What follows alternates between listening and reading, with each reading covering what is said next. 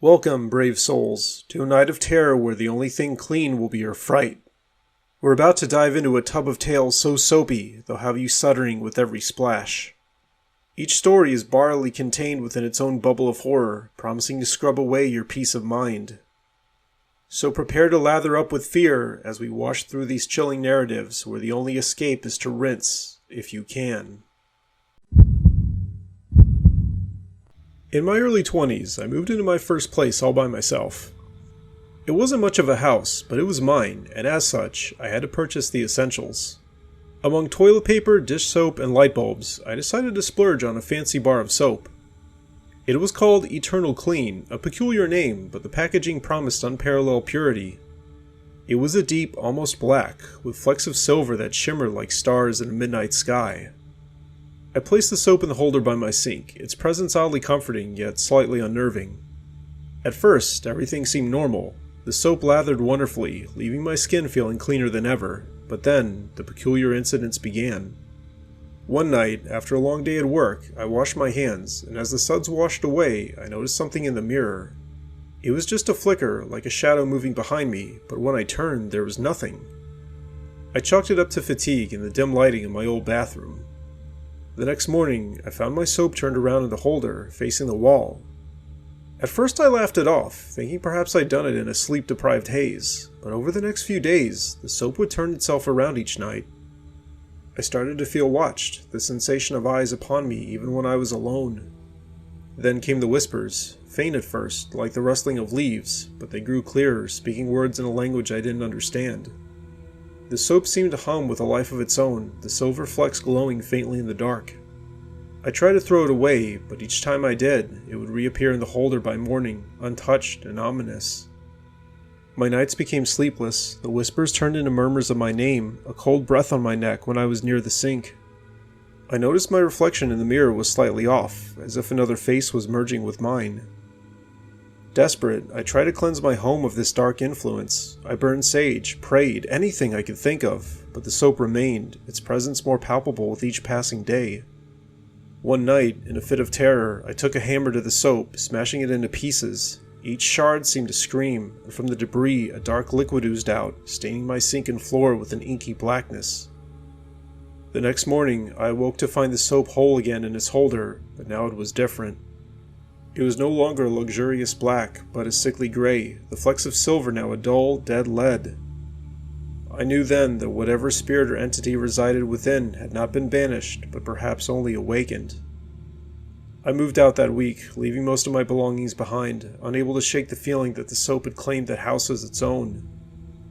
To this day, I avoid fancy soaps, sticking to plain, unscented bars, always wary of what might lurk beneath a lather.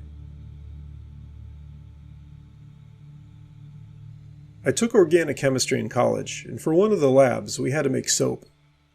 It was supposed to be a straightforward process. Mix fats or oils with a strong base, let it saponify, and voila, soap. But mine turned out different, with an odd, almost metallic scent, and a color that was more charcoal than the intended creamy white. After the lab, I brought the soap home, thinking it might be a quirky addition to my bathroom. At first it seemed benign, lathering well and leaving my skin feeling clean, if a bit too dry. But then, things started to change. The soap seemed to multiply.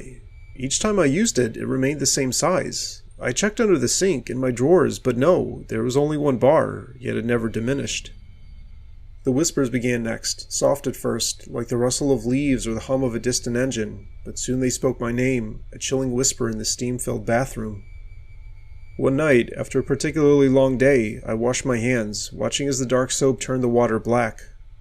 As I rinsed, my reflection in the mirror blurred, and for a moment I saw someone else's face, gaunt, with hollow eyes, staring back at me. I blinked, and it was gone, but the feeling of being watched lingered. Sleep became a scarce commodity. Every night I heard the whispers grow louder, clearer, demanding, "Use me." I tried to throw the soap away, but each morning there it was, back in its holder, untouched. One evening, I decided to confront whatever this was. I took the soap, planning to incinerate it in the backyard. As I held it, the whispers turned to screams, the room grew cold, and the soap seemed to pulse in my hand like a beating heart. I threw it into the fire, but instead of melting, it seemed to absorb the flames, growing darker, the silver flecks within it shining like stars in a void. The next day, I found the soap back in its place, now with an eerie glow. My reflection in the mirror was no longer just mine. It was as if another entity was trying to step through. I felt a pull, a call to use the soap again, to wash away more than just dirt, perhaps my very soul. I moved out soon after, leaving everything behind. I heard from a friend that the new tenant found the soap, and they too began to report strange occurrences. The soap, it seems, was not just a product of organic chemistry, but perhaps something from an older, darker science, one that I should never have dabbled in. A few years ago, I went with some of my friends to a Renaissance fair. I haven't been back since, and you're about to hear why. The fair itself was a blast, full of costumes, jousting, and all sorts of medieval wonders. But there was this one tent, tucked away at the back of the fairgrounds, that caught my eye. It was run by an old woman with piercing eyes, selling what she called authentic Renaissance soaps.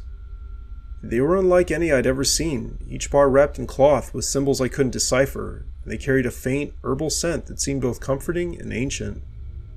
I bought one as a quirky souvenir, the soap labeled The Cleansing of Shadows.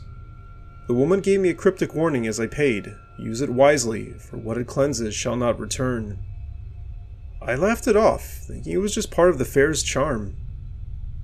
Once I got back home, I decided to try it in my bath. The water turned a deep, almost black color, but my skin felt cleaner than ever, like layers of unseen grime had been stripped away. I felt lighter too, but also watched. The first night after using the soap, I heard whispers in the dark, just beyond the edge of sleep. They were soft, like leaves rustling, but they spoke my name. My dreams were vivid that night, filled with shadows and a figure that seemed to beckon me deeper into darkness. The soap never seemed to get smaller, no matter how much I used it. Instead, it seemed to grow heavier, as if absorbing something from me, or perhaps from the very air. Then the vision started. In the mirror, I'd see flickers of someone else's life, dark and twisted, superimposed over mine. Shadows moved in my periphery, and the whispers grew louder and more insistent. They weren't just in my dreams anymore, they were in my waking hours too. One night I woke up to find the soap on my nightstand, not in the bathroom where I left it. It was wet, as if someone had just used it. I tried to throw it away, but it would return, always back in its place, waiting. The final straw came when I heard the whispers from my friends. They started mentioning things from my dreams, things I hadn't told them. They'd speak in voices that weren't their own, their eyes sometimes flickering with the same darkness I saw in my visions. Eventually I decided to confront the old woman at the next fair, but her tent was gone, replaced by an empty space. No one even remembered her or her soaps. Then I buried the soap in the woods, deep under the earth, but the whispers still linger. I can't shake the feeling that whatever I washed away wasn't just dirt or sweat, but something else, something that was a part of me, and now it's out there looking to reclaim what it lost. That's why I haven't been back to the Renaissance fair, because some things, once cleansed, should not be called back. I worked in a soap factory for several years before the story takes place, and up until then, I thought it was the most boring factory where nothing ever happened or would happen. But that was before we started using the new batch of Purify soap, made from a rare ancient formula discovered in the depths of the factory's archives. The soap was supposed to be our big break, with promises of unmatched cleanliness and rejuvenation. However, it wasn't long before things took a dark turn. Workers started reporting strange occurrences. The soap never seemed to diminish in size, no matter how much was used. Shadows lingered in the corners of the factory, moving when no one was looking, and whispers echoed through the machinery, sounding like they came from another time. One night, while working late, I heard those whispers myself. They spoke in an old, forgotten language, but I felt the intent. They wanted something from us, from the soap. The air grew thick with an unseen presence, and the soap on the production line began to glow faintly, casting eerie shadows that danced on the walls. The next day, people began to change. They looked cleaner, almost too clean, with an unnatural pallor to their skin. Their eyes were hollow, as if something within them had been washed away. I knew then we had unleashed something we shouldn't have. That's when Jensen Huang, the eccentric genius behind NVIDIA, came into the picture. He'd heard about the supernatural disturbances linked to our soap through the grapevine of tech and occult enthusiasts. Jensen arrived at the factory with his latest creation, the RTX 5090, boasting unprecedented neural rendering capabilities. He explained that the soap had opened a doorway to an ancient realm, one where the line between the physical and the spiritual was blurred. The RTX 5090, he claimed, could render this unseen world, making the invisible visible through neural networks that could interpret these otherworldly signals. Jensen then set up his rig in the middle of the factory, the RTX 5090 humming to life. As the neural rendering kicked in, our reality seemed to warp. Shadows solidified into forms, and the whispers became voices, visible through the screen of his setup. That's when we saw them, entities bound to the soap, feeding off the purity they claimed to impart. With a few commands, Jensen used the RTX 5090 to manipulate the neural rendering, projecting a light so pure it was like looking into the sun. This light wasn't just visual, it was a force, one that could cleanse on a spiritual level. He directed this light towards the soap, towards the shadowy figures, and the factory filled with a blinding clarity. The entities recoiled, their forms dissipating under the intense neural beams. The soap stopped growing, the whispers ceased, and the workers slowly returned to their normal selves, confusion and relief etched on their faces. Jensen then explained that the neural rendering had essentially reprogrammed the soap's metaphysical properties, neutralizing the ancient curse. He left us with a warning about the power of technology when mixed with the unknown, but also with a sense of awe at what science could achieve against the supernatural. From that day, the soap factory was never the same. We returned to producing regular soap, but every bar now carried a silent nod to the day Jensen Huang and his RTX 5090, with neural rendering, saved us from an unseen peril. I know this is pretty niche, but ever since I was a kid I've been a big soap enthusiast, and eventually I founded our city's Soap Enthusiast Club. We met once a month to discuss new soaps, share recipes, and sometimes even host soap-making workshops. But our latest meeting will lead us into something far beyond our wildest nightmares. We were discussing a new brand of soap that had just hit the market, dubbed Eternal Purity. It was unlike anything we'd seen, sleek, black packaging with an almost magnetic allure. The soap itself was a deep shimmering obsidian, with flecks that seemed to move like tiny stars trapped within.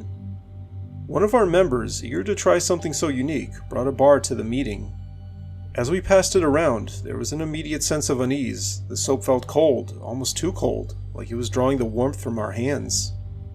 But being the soap enthusiasts we were, we decided to experiment. Back home, I used it for the first time.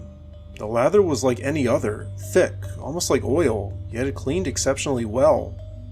My skin felt revitalized, but there was also an odd sensation, like I was shedding more than just dirt. That night I heard whispers, a soft chant in a language I didn't recognize, echoing from my bathroom. The next day, a few club members reported similar experiences. The soap didn't diminish, and the whispers grew into voices, calling and beckoning. Shadows started to dance at the edges of our vision, and some members began to change, their eyes dulling, their laughter turning hollow.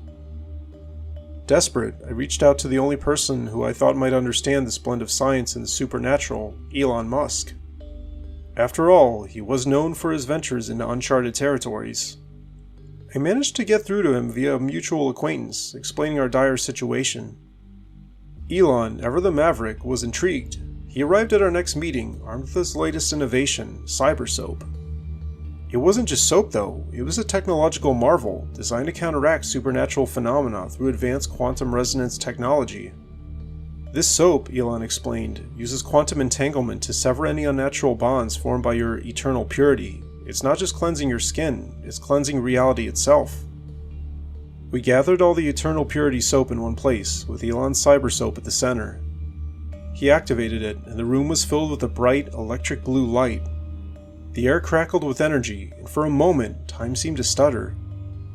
Then the whispering stopped abruptly, replaced by a high-pitched whine as if reality was correcting itself. The eternal purity soap began to crumble, turning to dust before our eyes. While the shadows retreated, the voices silenced. The cyber soap emitted a warm, pulsating glow, and with each pulse, the oppressive atmosphere lifted, our members returning to their normal selves, confusion on their faces, but relief in their eyes. Then Elon warned us about the dangers of dabbling in unknown forces, even in something as seemingly mundane as soap. He left us with enough cyber soap to ensure no remnants of the curse remained, and a promise to keep an eye on the market for any otherworldly products. From that day onwards, our Soap Enthusiast Club had a new rule. All soaps must pass a musk test before we'd even think of trying them. And while we continued our passion, we did so with a newfound respect for the thin line between the mundane and the magical. 10 years ago, if you would have told me a bar of soap would turn my life around, I'd have had no idea what you were talking about. But life has a strange way of weaving magic into the mundane, and this is how it happened for me. I was dating Kate at the time, a relationship that was more routine than romance. One day, while browsing in an antique shop, I stumbled upon a peculiar soap. It was wrapped in a faded, ornate paper, its name barely legible, Eternal Love. The shopkeeper, an old woman with eyes that seemed to see more than one should, told me it was a relic from an ancient apothecary, known to bring love or mend broken hearts. Thinking it would be a cute, albeit quirky gift for Kate, I bought it. That evening, I presented it to her with a smile, expecting at least a chuckle. Instead, her face twisted in disgust. "What is this? Some kind of weird trick?" she spat. For some reason, she was furious, seeing the gift as an insult to our relationship. That night, she left, and I was left alone with the soap in my confusion. Heartbroken, I kept the soap in my bathroom, a daily reminder of my failed attempt at romance. But then, something odd began to happen. The soap never seemed to get smaller, no matter how much I used it, and there was an aromatic scent that lingered, unlike any soap I'd experienced before. It was as if the soap was waiting for something, or someone. A few weeks later, I met Isabel at a local bookstore. She was stunning, with an aura of kindness that seemed to light up the room. We struck up a conversation over a shared love for classic literature. As we talked, I noticed she had a small, inexplicable cut on her hand. Without thinking, I offered her my bathroom to wash it off, mentioning I had some special soap that might help. Isabel used the Eternal Love soap, and when she came back, she was smiling, the cut miraculously healed. There was also a spark in her eyes that wasn't there before. She asked about the soap, and I told her the story, half expecting her to laugh it off like Kate did. Instead, she was intrigued, her interest in me visibly growing. We started dating, and with each passing day, our bond strengthened. It was as if the soap had not only healed her physical wound, but had also woven our hearts together. Isabel was everything Kate wasn't, kind, understanding, and genuinely in love with me. 1 year later, I proposed to Isabel, and we married under an old oak tree, the same one where we had our first date. The Eternal Love soap became a symbol in our home, a reminder of how we met and the magic that brought us together. Now, 10 years after that fateful purchase, we live in a house filled with laughter, love, and the occasional scent of that mysterious soap. We've learned to cherish the oddities of life, knowing that sometimes what seems like a curse can be a blessing in disguise. And every time we tell our story, people laugh, but deep down I know there's a truth in it, a truth about love, fate, and the power of a simple bar of soap.